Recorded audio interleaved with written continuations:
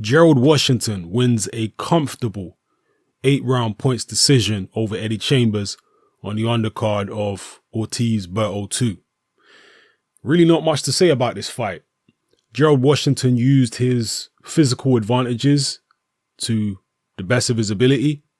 And this is the fight that I expected Gerald Washington to fight. And everybody should have expected him to fight this way because he was going in against someone who was vastly more experienced. And we saw exactly how Gerald Washington fought in his last fight against Amir Mansour. It was exactly the same as this.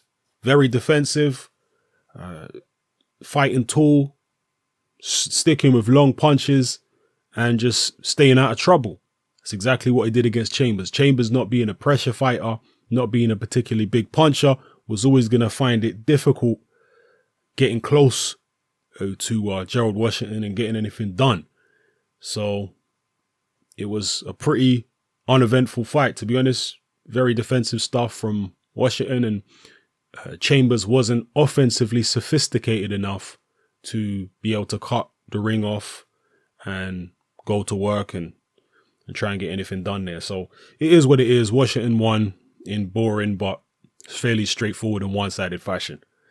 Where does Eddie Chambers go from here? Maybe he'll retire. I don't know, because he's been in limbo for a very long time now and hasn't been able to get his career back on track. Pretty much since that loss to Vladimir Klitschko, although, you know, he's had a few okay performances. I think the Adamek performance was a decent performance, and I felt like he won the fight, even though he was fighting with one arm for most of that fight. But still, where does he go from here? I really don't know. He may even contemplate retirement after that type of performance. You know, he was definitely poor from Eddie Chambers. He needed to show far more desire, far more, far more fire in the belly. But that's never really been his game, to be fair. Eddie Chambers has never really shown fire in the belly. He's always been a defensively minded fighter, and his mind is more on how do I not get hit rather than how do I land my own shots. So it is what it is. As for Gerald Washington, he's going to be groomed for a fight with Deontay Wilder. If Wilder can get past Povetkin, the Gerald Washington fight is, I think, almost inevitable.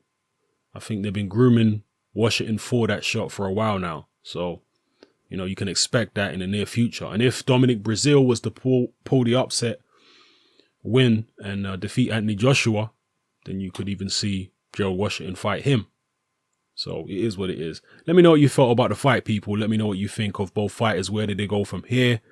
How impressed are you with Gerald Washington? As I say, because he's such a big guy and he knows how to fight defensively, for a short guy, unless you are a serious banger or unless you're somebody with, you know, serious foot speed and someone who is offensively sophisticated, then you're going to have problems with Gerald Washington. The bigger guys, I think, are going to have an easier time. But if you're a short guy, if you're like 6'2" and under, unless you're a really good pressure fighter, then you're going to struggle with this guy.